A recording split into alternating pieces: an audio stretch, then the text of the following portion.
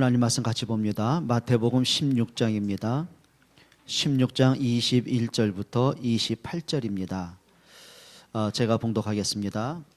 이때로부터 예수 그리스도께서 자기가 예루살렘에 올라가 장로들에게 대제사장들과 서기관들에게 많은 고난을 받고 죽임을 당하고 제3일에 살아나야 할 것을 제자들에게 비로소 나타내시니 베드로가 예수를 붙들고 항변하여 이르되 주여 그리 마옵소서 이 일이 결코 주께 미치지 아니하리이다.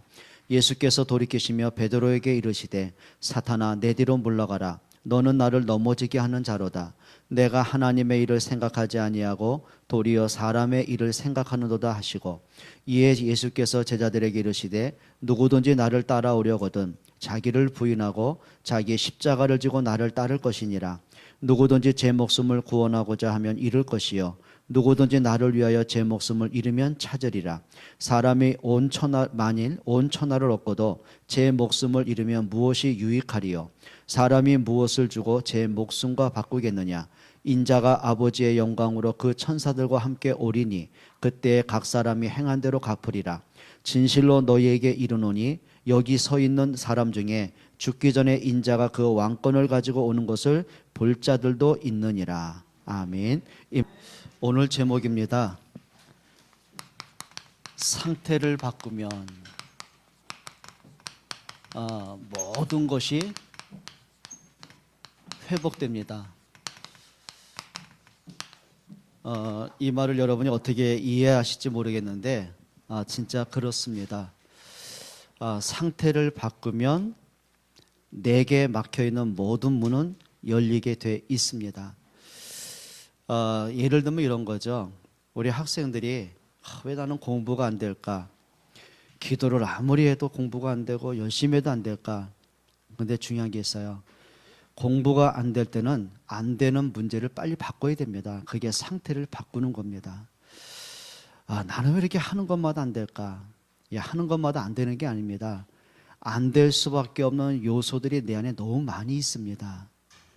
지난번에 어떤 분이 그런 하소연 하더라고요. 자기는 정말 사람들에게 친하게 지내고 싶고 사람들하고 좀 같이 어울리고 싶고 근데 이상하대요. 자꾸 자기 주변 사람이 떠나간대요. 근데 이상하죠. 더 중요한 건 뭐냐면 그분에게 여러 번 부탁하고 여러 번 이렇게 좀 주의도 주고 그랬는데 그게 안 되는 거예요. 그러니까 이분은 말하면은 너무 이게 막 불평이 묻어나오고 누구 얘기하더라도 이상하죠. 사람을 자꾸 이렇게 막 험담하는 말이 묻어나오고 그러다 보니까 사람들이 계속 말하다 보면 지치는 거예요. 그러니까 사람 자꾸 이렇게 그분 주변을 떠나가요. 그러니까 심지어는 다락방문 열렸다가도 또 어떤 전도가 됐다가도 그 사람 만남이 이렇게 지속이 안 되어지는 그런 경우 굉장히 많아요. 근데 참 중요한 거는 안타까운 거는 자신이 안 되는 자기의 문제를 모르더란 얘기죠. 참 그건 어떻게 말해줄 수도 없고 안타까운 거. 그러니까 제일 중요한 겁니다. 왜 이게 안 될까? 그게 아니라 안 될 수밖에 없는 상태를 빨리 바꾸셔야 됩니다. 지난번에 어떤 분이 또 그런 부부 상담을 했는데 그런 분입니다. 도대체 나는 남편 때문에 못 살겠다는 거예요. 또 남편은 부인 때문에 못 살겠다는 거예요. 근데 제가 두 인간 때문에 둘 다 못 살겠더라고요. 그게 없는 상태가 그래요. 하여튼 이 사람들은 만나기만 하면 하여튼 막 원망하고 불평하고 그게 떠나질 않아요. 여러분 우리가 간단합니다. 내 상태를 바꾸면 모든 것은 회복되게 되어 있습니다. 자, 그중에 제일 중요한 게 겁니다. 영적 상태를 빨리 바꾸셔야 됩니다. 여러분 우리가 복음을 가졌잖아요. 그런데 이 엄청난 복음을 가지고도 실제 그 복음이 나한테 이론으로 끝난 사람이 있고 실제 나의 응답이 되는 사람이 있어요. 오늘 그 마태복음 16장에도 보면은 베드로가 주는 그리스도라고 고백을 했어요. 엄청난 고백이거든요. 예수님은 나의 주님이시고 그리스도이십니다. 그 말은 뭐냐면 정확한 신앙 고백을 한 거예요. 그러니까 오죽하면 예수님이 바요나 시몬아 내가 복이 있구나. 네가 나를 그리스도로 고백한 것은 사람에게 배운 게 아니다. 하나님께서 너에게 알게 하신 것이다. 그리고 베드로에게 엄청난 축복을 약속하시잖아요. 자, 그러고 나서 오늘 본문입니다. 예수님이 십자가에 못 박혀 죽을 것을 말씀하셨거든요. 그러니까 베드로가 생각합니다. 계산해 본 겁니다. 아니 내가 지금까지 배와 금을 다 버리고 예수님을 따라온 지 3년 반이 지났는데 된 게 없거든요. 그러니까 자기 계산에는 예수님이 빨리 왕이 되셔야 자기한테 보상이 들어오잖아요. 그러니까 베드로가 말린 겁니다. 오늘 성경에 보면 항변하여 이르되 막 따지고 물은 거예요. 우리 표현으로 하면 이런 겁니다. 예수님 왜 죽어야 됩니까? 아니 예수님 죽으면 나는 어떻게 됩니까? 내가 모든 거 버리고 포기하고 예수님 따라왔는데 이제 와서 죽으면 안 되죠. 예수님 끝까지 살아 계셔야 뭔가 될 거 아닙니까? 뭐 그런 식입니다. 그러면 깨달아야 될 거 아닙니까? 그래, 그리스도가 누구시냐? 인간은 절대로 해결할 수 없는 근본 문제, 원죄 문제, 운명의 문제, 사단과 저주의 문제를 해결하실 분 아니냐? 그럼 십자가의 능력이 아니고는 절대 우리 운명이 안 바뀐다면 이제야 진짜 시간표구나. 예, 그걸 보고 이제 방향 맞춰야 되거든요. 근데 자기 기준이라, 자기 생각이라. 그러고 보니까 자기 기준대로 이제 밀어붙이는 거예요. 그리고 나서 예수님을 부인하고 도망가게 돼버리는 거예요. 여러분 우리가 영적 상태가 뭐냐면은 우리가 오랫동안 복음 들었잖아요. 그렇죠. 여러분이 짧게는 몇 년, 길게는 뭐 수십 년, 어떤 분들은 뭐 모태신앙으로, 어떤 분들은 뭐 3대, 4대, 2대 뭐 집안으로, 기독교 집안으로 말씀을 듣고 자라오셨잖아요. 근데 이상한 거예요. 그냥 어릴 때부터 들었던 말씀이지 그게 나하고는 전혀 관계가 없는 거예요. 그게 뭐예요? 영적인 상태입니다. 여러분 문제가 오게 되면 이론상은 알아요. 하나님의 계획은 뭘까? 예, 이론 하도 많이 듣다 보니까 알아요. 근데 실제로 문제가 오면 하나님의 계획은 온데간데 없어지고 이제 생각에 잡히는 거예요. 자꾸 불신앙에 잡히는 거예요. 그러다 보니까 진짜를 잃어버리게 되는 거예요. 여러분 영적인 상태를 바꿔야 진짜가 보여집니다. 여러분 말씀이 여러분에게 이론으로 알고 있으면 안 되고요. 여러분이 사실 그대로 그 말씀 붙잡고 응답받을 수 있으셔야 돼요. 여러분 영적인 상태입니다. 중요한 거 두 번째가 우리의 마음 상태가 바뀌어야 진짜 마음에 참 평안함과 행복이 찾아옵니다. 여러분 사람마다 마음속에요 참 이상하죠. 쓴뿌리가 가득합니다. 그 쓴뿌리가 뭐냐면 어릴 때부터 보고 자란 거 있잖아요. 어릴 때부터 듣고 자란 거 있잖아요. 부모님을 통해서든지 아니면 가정에서든지 내가 지금까지 살아오면서 인생 속에서 살아온 것만큼 많은 상처가 있고 아픔이 있고 응어리가 있잖아요. 근데 그 사람마다요 그걸 이길 수 있는 힘이 없는 거예요. 자 그러다 보니까 내가 갖고 있는 그 상처에 내가 갖고 있는 그 응어리에 그 마음속의 분노로 사람에 대한 미움으로 세상에 대한 원망으로 이게 꽉 차 있는 거예요. 그건 행복이 없는 거예요. 여러분 사람이요 마음의 병이 치유가 안 되면은요 육신병은 치유 안 되게 돼 있거든요. 아무리 내가 고가의 좋은 약을 먹는다 할지라도요 마음의 평안이 없어 보세요. 이상합니다. 온몸이 아프기 시작하는 거예요. 자, 신경성 두통부터 신경성 외궤양부터 그러다 보니까 그게 실제로 병으로 커지는 거거든요. 여러분 마음에 있는 내 마음속에 그 아픔들이 있잖아요. 여러분 그걸 말씀으로 채우시길 바랍니다. 여러분 복음의 능력이 아니고는요 절대 여러분 과거 축복으로 바꿀 수 없어요. 그리스도의 은혜가 아니고는요 절대 내 인생의 운명 바꿀 수가 없거든요. 여러분 말씀이 내 속에 담겨지는 것만큼 과거에 대한 답을 찾아낼 수 있습니다. 그렇죠. 여러분들이 하나님의 은혜를 깊게 받는 것만큼 과거의 상처를 축복으로 바꿀 수가 있는 거예요.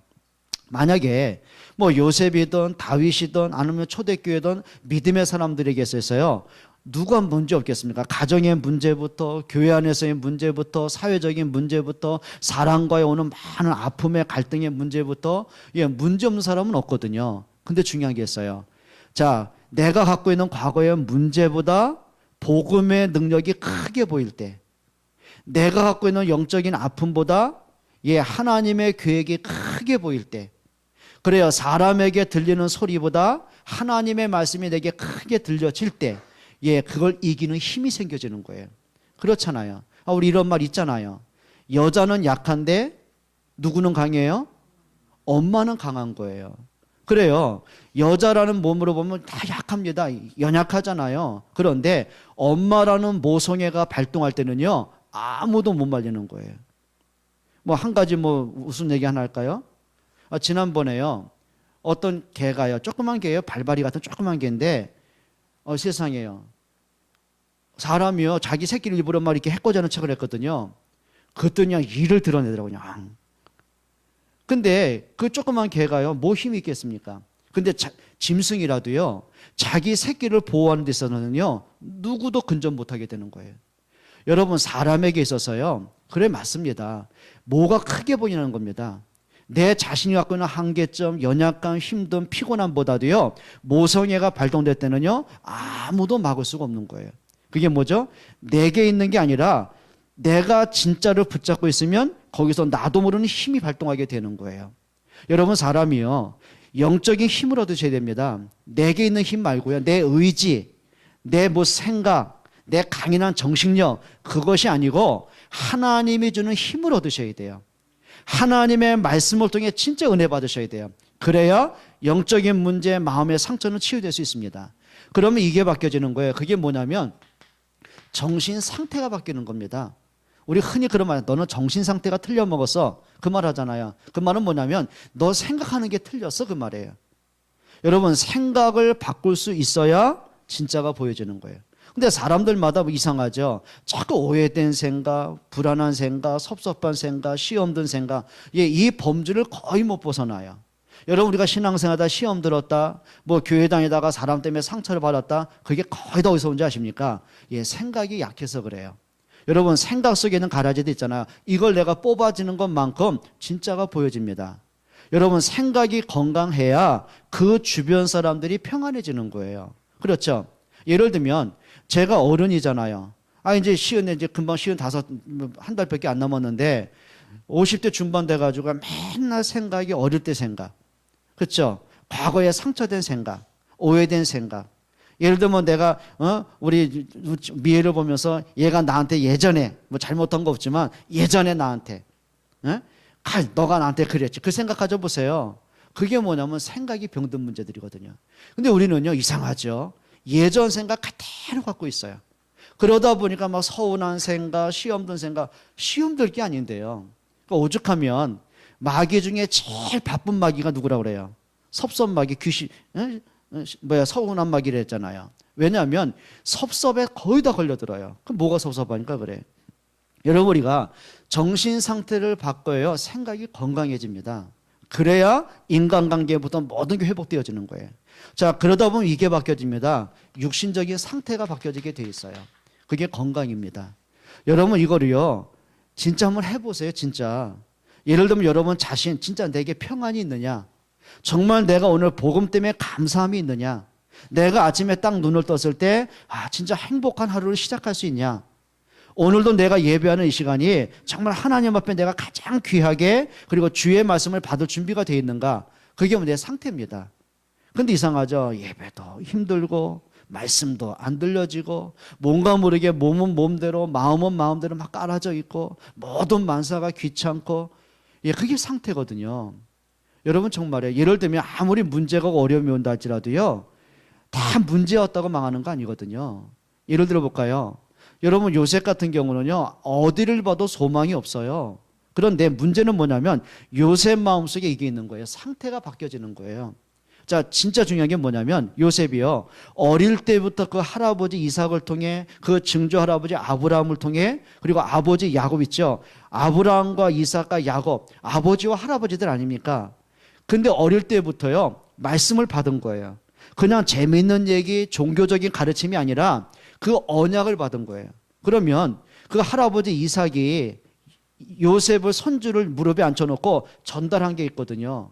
단순한 게 아닙니다. 이삭이 평생 죽는 그 시간까지 잊을 수 없는 충격적인 걸 봤어요. 체험한 게 있다니까요.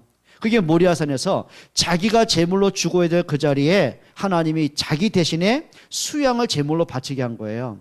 그러면 내가 살았다, 죽을 뻔했는데 그 정도 느낌이겠습니까?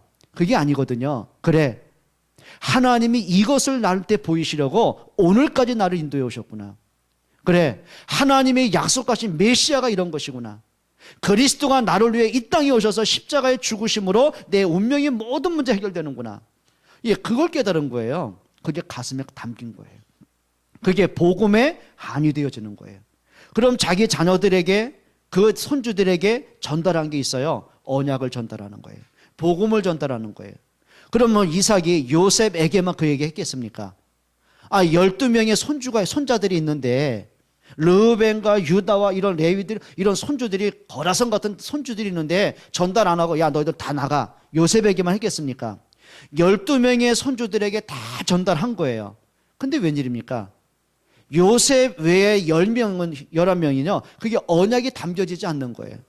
그러다 보니까 늘 육신적인 생각, 자기의 생각, 아버지가 보니까 야곱이 자기 동생 요셉만 편애하고, 자기들은 광야에서 있는데 요셉만 편하게 지내고, 그걸 못 견딘 거예요. 육신적인 생각, 서운한 감정, 아버지에 대한 원망, 요셉에 대한 분노, 그게 상태거든요. 그러다 보니까 진짜를 못 보는 거예요. 자, 그러니요 요셉에게 하는 말이 뭐 있겠습니까? 요셉을 보는 눈이 다른 거거든요. 자, 근데 요셉이 달랐어요. 그 어려움 속에, 위기 속에, 사건 속에서요 요셉이 문제 때문에, 사람 때문에 넘어지지 않아도 될 만큼, 불신앙에 갇히지 않아도 될 만큼, 상처에 노예가 안 돼도 될 만큼 확신이 있었어요. 그게 언약이 담겨지는 거예요. 거기다가 창세기 37장에 하나님이 요셉에게 말씀을 주시잖아요. 해와 달과 11별이 절하는 꿈을 꾸게 하시잖아요. 그건 단순하게 꿈이 아닙니다. 단순하게 희망이 아닙니다. 하나님의 약속입니다. 요셉 평생에 하나님이 성취하실 언약의 말씀입니다. 요셉이 그걸 기도 제목으로 붙잡는 거예요. 문제가 올 때마다 말씀으로 문제를 보는 거예요. 사람하고 부딪힐 때마다 말씀으로 사람을 보는 거예요. 자, 자기가 현실이 어렵잖아요. 근데 말씀을 붙잡고 보니까 미래가 보여지는 거예요. 그걸 비전이라고 하는 거예요. 여러분, 말씀이 내 속에 담겨지는 것만큼, 그 말씀 붙잡고 진짜 하나님 앞에 기도에 힘을 얻는 것만큼 상태는 바뀌어지게 되어 있어요. 절대 과거에 놓여 안 되게 되거든요. 혹시 여러분 하루에 아침에 눈을 뜨면서 뭔가 모르게 하루가 힘들고 버겁고 지치고 하나님의 계획을 모르겠다, 진짜 기도하셔야 됩니다. 여러분 하루 24시간 살면서 뭔가 내 마음속에 평안이 없다, 감사가 안 된다, 뭔가 모르게 조급하고 자꾸 불평이 나고 원망이 되고 서운함이 있고 자꾸 시험 드는 문제가 있다, 진짜 하나님 앞에 기도하셔야 됩니다. 여러분의 인생의 변화는, 가정의 변화는, 운명의 변화는요 사람이 줄 수 있는 게 아닙니다. 혹시 여러분들이 열심히 노력해서 하다못해 로또를 샀는데 몇십억짜리, 100억짜리 로또에 당첨됐다고 되겠습니까? 안 되게 돼 있는 거예요. 여러분, 세상의 방법 갖고는요 절대 여러분 마음에 평안을 줄 수 없습니다. 여러분 가정에 행복을 줄 수 없습니다. 여러분 부모의 노력과 헌신과 사랑을 갖고도요 그 이상하죠. 아니, 부모가 사랑한 것만큼 자녀가 돼야 되잖아요. 근데 그게 안 되는 겁니다. 그게 뭔 얘기냐면, 사람이 갖고 있는 영적인 문제, 마음과 생각의 문제는요 절대 사람이 바꿀 수 없는 거예요. 뭐가 들어가야 됩니까? 하나님의 말씀이 담겨져야 돼요. 이걸 어떻게 우리가 세상적인 방법으로 얘기하겠습니까? 자, 중요한 겁니다. 그렇다면 예수님을 따르던 12제자들, 그리고 70인 제자들, 그 당시에 오병이어의 기적을 통해서 떡을 먹고 배불렀던 5,000명의 무리들, 수많은 무리들이 있었어요. 근데 중요한 게 예수님을 따르던 사람들의 영적인 상태를 보시기 바랍니다. 자, 이게 뭐냐는 것이죠. 자, 예를 들면 이런 겁니다. 그 당시에 이스라엘은 로마의 식민지였습니다. 그러다 보니까 사람들이 못 견디는 거예요. 로마에 대한 반항, 독립에 대한 열망, 그게 있는 거예요. 자, 그 독립에 대한 열망을 갖고 있던 한 제자가 하나 있죠. 그게 누구냐면 가룟 유다입니다. 유다의 마음에 관심은 하나입니다. 어떻게 하면 저 로마를 대항해서 우리 민족을 해방시킬까? 나쁜 거 아니죠. 얼마나 좋은 겁니까? 그건 상 줄 만한 일 아닙니까? 그런데 예수님께 부름을 받고도요 그리스도가 누군지를 모르는 거예요. 그러니까 오직 자기 목적이 있죠. 자기 생각, 자기 목적. 그런데 3년 반 동안 예수님을 따라다녔는데 예수님의 정치적인 의도가 전혀 없는 거예요. 하시는 말씀이 나를 보는 아버지를 보았다, 인자가 온 것은 섬기려 하고, 많은 사람의 대성물로 줄여왔다, 그리고 십자가에 죽게 될 것이다, 그리고 늘 하는 게 뭐냐면 연약한 자, 병든 자, 귀신들 자 치유하고 그들의 생명을 살리고, 그러니까 자기가 원했던 거하고는 전혀 관심이 없는 거예요. 그럼 사람이요 억울하잖아요. 내가 참 헛고생했다. 그럼 3년 반 동안 헛고생했으면 뭐예요? 사람이 본전 생각나잖아요. 때마침 유다가 뭘 맡았어요? 회계. 쉽게 말하면 돈 관리하는 사람이라. 그러니까 이 사람이요 보상 심리가 있을 거 아닙니까? 그래가지고 돈기에서 얼마 되지 않은 거 자꾸 빼돌리기 시작하는 거예요. 자, 그런데 그걸로 양이 안 차요. 억울해요. 가만히 낌새를 보니까 저 바리새인들이요, 유대인들이, 제사장들이 저 예수님을 죽이려고 모함을 하기 시작하는 거예요. 그리고 그가 결탁하는 겁니다.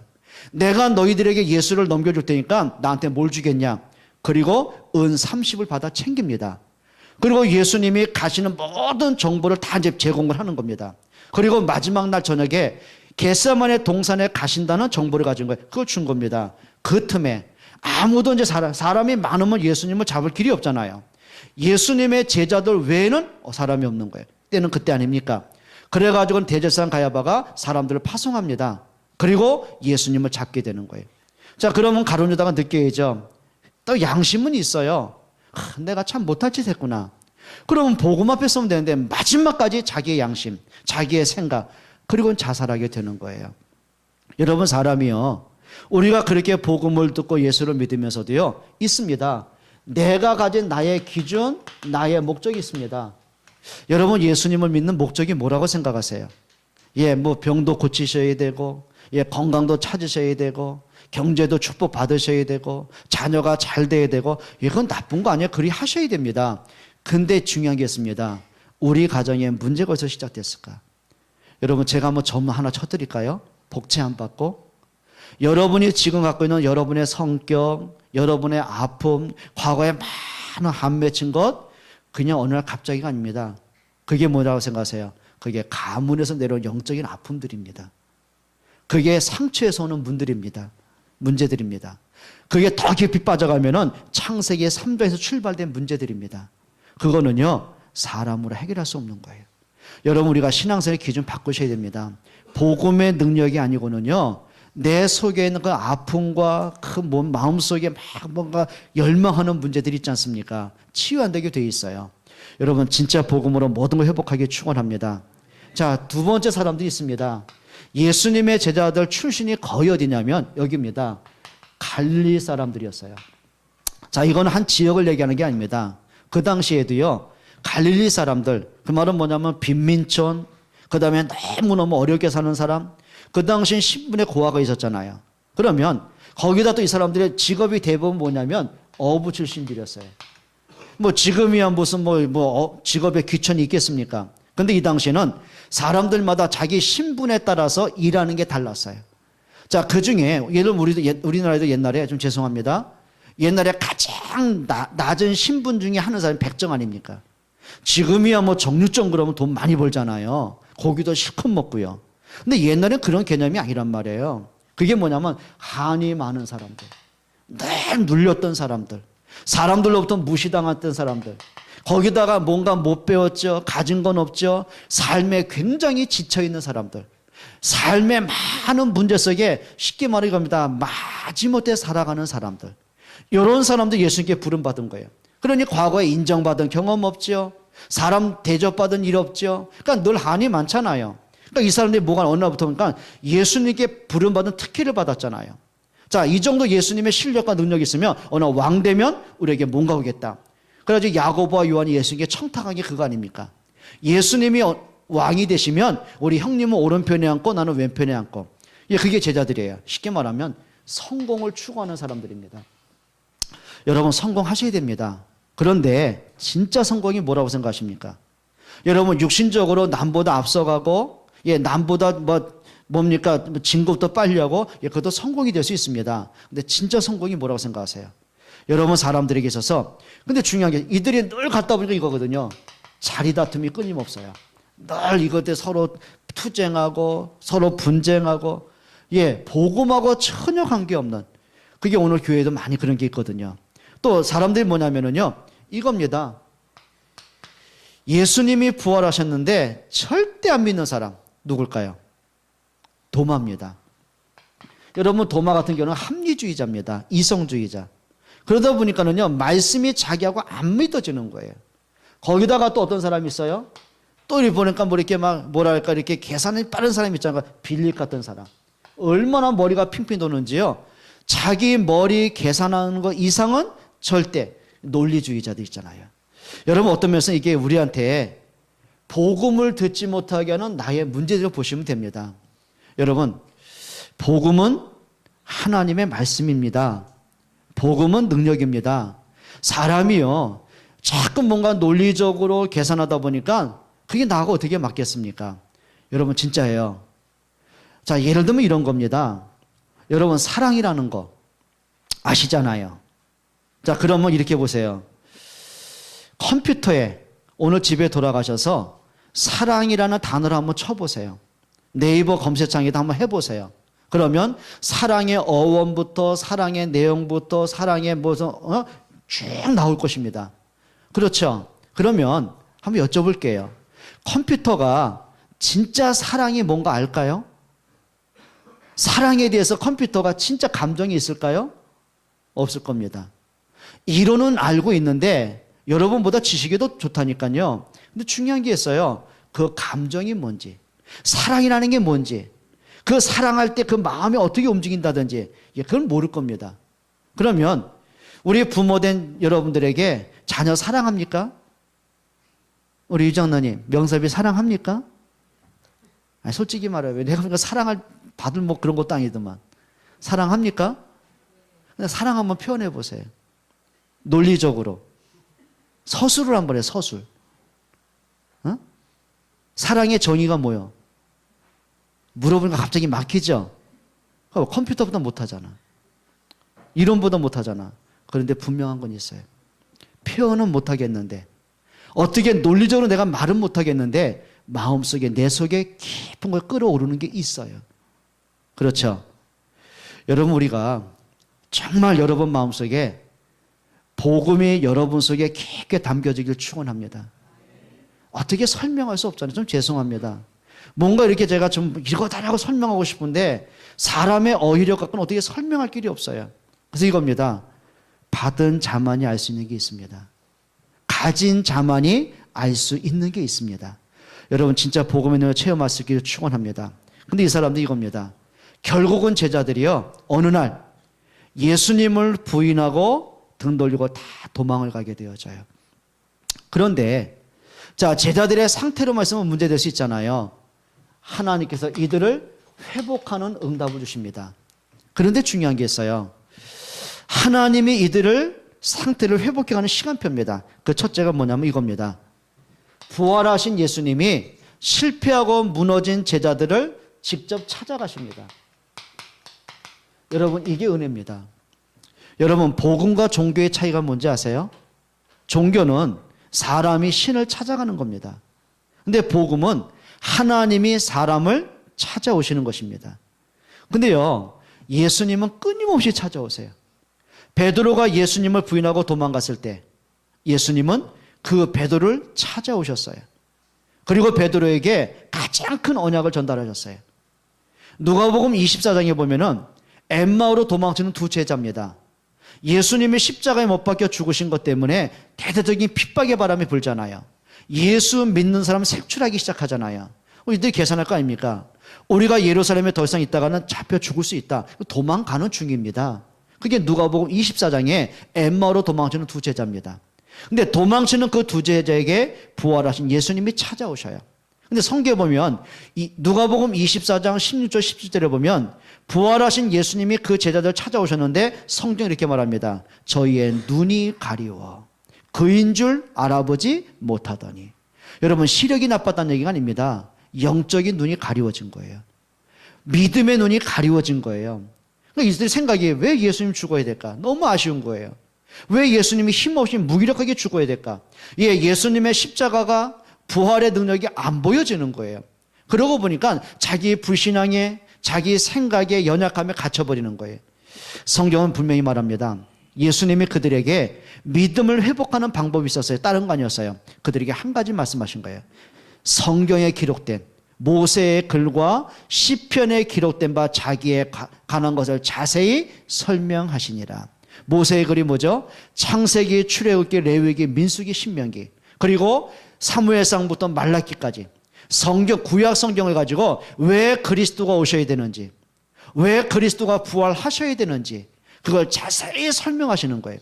근데 성경에 보면은요, 누가복음 24장 35절 37절에 보면 말씀을 들을 때 성경 말 그들의 눈이 밝아져 그인 줄 알아보더니. 예, 말씀을 통해서 그리스도가 믿어질 때, 예, 영의 눈이 열리기 시작했어요. 그리고 믿음이 회복되기 시작했어요. 그리고 도망쳤던 예루살렘에 뛰어 들어가서 부활하신 그리스도를 증거하게 되어져요. 여러분 기억하셔야 돼요. 언제든지 여러분들이 말씀을 통해서 모든 걸 회복하기를 축원합니다. 그게 답 중에 답이에요. 성경은 말하죠. 믿음은 언제 생겨요? 들음에서 생겨져요. 하나님의 말씀을 내가 바르게 들을 때, 여러분 언제든지 하시기 바랍니다. 여러분이 아침에 눈을 뜨면서 이것부터 시작해 보세요. 하나님의 말씀을 묵상하는 시간 가져보세요. 시간을 얼마나 가져갈까 그건 관계없습니다. 아예 여러분들이 아침에 딱 눈을 뜨시면서요, 홈페이지에 들어간 말씀을 들으시던, 아니면 잠깐 기도 수첩을 보시던, 예, 강단 말씀 주보를 통해서 가지고 또 묵상을 하시던 단 1분도 괜찮아요. 한번 해보세요. 그리고 그 말씀을 붙잡고 짧은 시간이지만 하나님과 나만의 깊은 기도의 시간들을 한번 가져보세요. 그게 하루가 되고 이틀이 되고 한 달이 한번 가보세요. 그러면 제일 먼저 중요한 게 있습니다. 내 속에 있는 영적인 상태가 바뀌어질 것입니다. 이상하죠? 늘 내 생각에 갇혀있고 불신앙에 갇혀있고 문제 생기면 낙심에 갇혀있던 이게 바뀌어지기 시작하는 거예요. 사람 마음속에요, 희망이 들어가야 내일이 보여지는 거예요. 희망을 잃어버리면 내일이 안 보여지는 거예요. 그러다 보니 사람들이 막 눌리고 지치고 우울증으로, 그러다 보니까 소망하면 어떻게 해요? 자기도 모르게 가서는 안 될 곳으로 가게 되는 거예요. 여러분 사람이요, 언제 내일이 보여집니까? 요셉에게 있어서요, 만약에 내일이 안 보였다, 어떻게 되겠습니까? 그게 절망인데요. 근데 내일을 봤어요. 단순하게 오늘보다 내일은 나을 거야, 오늘 내가 참고 있으면 언젠가 좋은 날 올 거야, 그게 아닙니다. 확신이 있었어요. 내가 비록 노예로 이곳에 잡혀 있지만 아니다, 하나님은 언약 성취 때문에 나를 이곳에 보내신 것이다. 여러분 그게 뭔지 아세요? 그걸 희망이라고 합니다. 믿음의 소망이라고 합니다. 여러분에게 있어서 늘 말씀을 통해서 하나님의 음성 듣기를 축원합니다. 진짜 한번 해보세요. 여러분 그러면서 예수님이 하신 게 있습니다. 예수 그리스도의 부활의 능력을 알게 하셨어요. 여러분 사도행전 9장에 보면은 바울이라는 사람이 나옵니다. 자, 이 사람은 종교인입니다. 율법주의자입니다. 이 사람 마음속에 한 가지 목적이 있습니다. 예수 믿는 사람 잡아 죽이는 것이 자기의 인생의 목적이고 사명이라고 생각을 한 거예요. 그리고 이제는요, 자, 법적으로 공문을 받았어요. 예수 믿는 사람을 즉결 심판해도 괜찮다, 법적 공문을 가졌어요. 자, 쉽게 말하면 살인 면허를 갖고 가는 겁니다. 그리고 다메섹에 올라가잖아요. 다메섹에 올라가는 중에 부활하신 그리스도를 만나게 됩니다. 그리고 나서는 바울이 인생이 바뀌어지기 시작하는 거예요. 여러분 우리가 그렇게 많이 들었잖아요. 예수는 그리스도, 예수는 십자가에서 모든 문제 끝내고 부활하신 그리스도. 여러분 이론적으로 알거든요. 한번 체험해 보세요. 정말 예수님이 진짜 나에게 어떤 분인지, 그냥 어릴 때부터 들었던 그 그리스도로 끝나지 말고요, 이론으로 끝나지 말고요, 정말 그리스도의 십자가의 능력, 부활의 능력 한번 깊이 한번 체험해 보세요. 여러분 거기서 인생의 답을 찾기를 축원합니다. 과거의 모든 것을 내가 축복으로 바꿀 수 있는 영적인 힘을 한번 얻어보세요. 여러분 복음의 능력 체험하시기를 축원합니다. 이겁니다. 복음의 본질입니다. 그게 사도행전 1장 1절로 8절의 사건입니다. 여러분 예수님은 여러분에게 누구예요? 주인 되십니다. 그러니까 베드로가 이 고백한 거예요. 주는 그리스도시요 살아 계신 하나님의 아들이십니다. 여러분 인생이 여러분 거라고 생각하십니까? 여러분이 자녀를 낳았기 때문에 여러분의 소유물이라고 생각하십니까? 그렇지 않습니다. 여러분의 생명은 하나님이 주관하십니다. 여러분의 인생의 시간표는 하나님이 가지고 계십니다. 맞습니까? 여러분의 한과 아픔과 고통의 문제는 하나님의 능력으로 해결될 수 있습니다. 여러분 그리스도가 주인 되기를 축원합니다. 그게 응답이 되셔야 돼요. 근데 여러분이 진짜입니다. 정말 예수님이 나의 주인 되시는지 한번 고백해 보세요. 그리스도가 주인이 맞다면 내가 불신앙할 필요 없습니다. 내가 염려할 거 없습니다. 여러분 요한복음 2장에 보면은 예수님이 가장 먼저 기적을 행한 장소가 있습니다. 그게 가나의 혼인집입니다. 그러니까 예수님이 그 혼인집에 손님으로 청함을 받았어요. 가셨잖아요. 근데 한참 흥이 돋아와야 되는데 갑자기요, 글쎄 손님이 예상외로 많이 왔는지 음식을 조금 빼게 준비 안 했는지 포도주가 떨어진 거예요. 그러니까 사람들은 취할 대로 취했는데 막 여기저기 아우성이 칩니다. 사람을 초대해놓고 왜 사람을 푸대접하느냐? 그래요. 즐거움이 있는 자리에요. 웃음이 있어야 되는데 불안이 찾아온 거예요. 행복할 그 집에 불행이 찾아오기 시작하는 겁니다. 그냥 단순하게 그냥 혼인집의 포도주 사건 그 얘기가 아닙니다. 그게 오늘날 가정의 문제예요. 행복을 기대하고 출발했는데 살면 살수록 불행이 와지는 거예요. 그렇죠? 신혼부부가 행복의 단꿈을 꾸고 이제 시작을 하는데 살다 보니까 뭔가 많은 염려거리, 근심거리, 낙심거리, 절망거리. 그러다 보니까 서로 간에 막 미움의 감정들, 그렇게 문제 오는 거예요. 그 부모는 혼주 아닙니까? 자기 자녀들의 새 출발부터 얼마나 기대했겠습니까? 그런데 부모의 가슴속에 본인도 해결할 수 없는 영적인 큰 재앙의 문제 오는 겁니다. 그게 가나 혼인자집의 교훈들이거든요. 그때 마리아가 예수님께 부탁을 합니다. 이 집에 포도주가 떨어졌다고. 예수님은 딱 두 마디 하셨어요. 여자여, 나와 무슨 상관이 있습니까? 아직 내 때가 되지 않았습니까? 이 두 가지 단어 꼭 기억하세요. 나와 상관이 없고 예수님의 일할 때가 아니라는 거예요. 여러분, 그 집의 문제는요, 주인이 해결해야 됩니다. 그때 마리아가 하인들을 다 불러 모아요. 그리고는 이렇게 명령합니다. 주께서 뭐라고 하시든지 그대로 순종하라. 모든 권한과 주권이 이제 그 집이 아닙니다. 예수님께 옮겨졌어요. 그게 주권이 옮겨진 거예요. 자, 예수님이 첫 마디입니다. 물을 떠다가 항아리에 채워라. 아구까지 채워라. 그리고 두 번째 명령, 퍼다가 갖다 주어라. 여러분, 그 물은 뭐냐면 식수가 아니에요. 허드렛 물이거든요. 그런데 예수님 말씀이에요. 떠다가 주어라. 그러니까 하인들이 멋 모르고 떠다 줍니다. 사람들이 마신 거예요. 말이 이상해요. 그럼 무슨 맹물 과정이 그래야 되잖아요. 이렇게 말합니다. 어느 잔치집이든 처음에는 좋은 것 주고 나중에 취하면 대충 음식이 포도주가 나오는데 이 집은 나중 것이 처음보다 더 좋다. 무슨 얘기죠? 처음보다 나중이 더 좋은 거예요. 그 신혼신부가 가정에서 막 염려거리, 불신앙거리 했는데 그래 예수님의 역사하시니까 그 문제가 축복이 돼요. 불행이 끝났어요. 사람들의 아우성과 원망이 끝났어요. 모든 게 회복됐어요. 물이 포도주가 된 사건들입니다. 여러분, 단순하게 물이 포도주 그 사건을 얘기하는 게 아니거든요. 예수님의 주인, 진짜 예수님이 나의 그리스도가 맞구나. 그게 이론적인 고백이 아니라 여러분 영혼 깊은 거 나오도록, 여러분 마음속에 진짜 고백되도록, 다니엘이 사자굴 속에 들어가면서도 진짜 그리스도가 맞다는 고백한 것처럼, 요셉의 많은 문제와 사건 속에서도 정말 그리스도가 맞다는 고백을 한 것처럼, 초대교회가 그 많은 핍박을 당하면서도 오직 예수 고백한 것처럼 그러시면 돼요. 여러분, 정말 그리스도가 고백되길 축원합니다. 그리고 이렇게 해보세요. 복음의 능력 그리고 복음의 가치를 한번 확인해 보세요.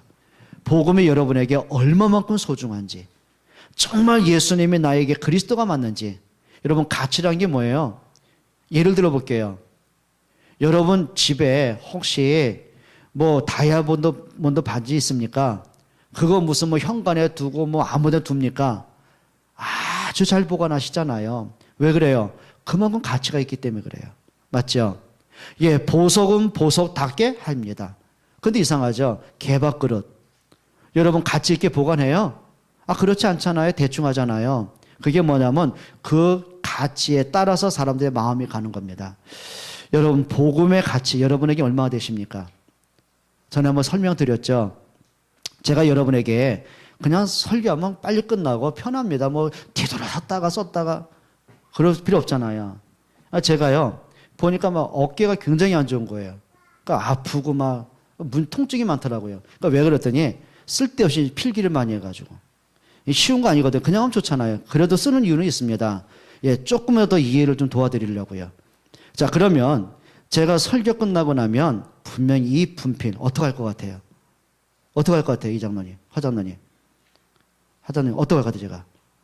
요거 내가 애지중지하고 금고에 갖다 집어넣고 그리고 전수함시켜지고 꼭 지키라고 제가 그럴 것 같아요? 이거 누가 가져가나 감시할 것 같아요? 안 그래요. 혹시 이걸 우리 성진이가 필요하다면 가져가도 돼. 줄게, 받아. 자, 근데 좀 이따 줄게. 아주 써야 되니까. 이거요, 버려도 괜찮고, 가져가도 괜찮고. 시연이 줄까? 가서 낙서할래? 좀 이따 가져가야겠는 거? 쓰고 나면 괜찮습니다. 그게 뭐냐면 지금 내가 필요하니까 쓰는 걸 필요 가치라고 하는 거예요. 끝나고 나면 잊어버립니다. 관심도 없어요. 근데 절대 가치라는 게 있어요. 혹시 아까 기도하던 우리 전해 권사가 진짜 기도하면서 하람이 응답받았잖아요. 예?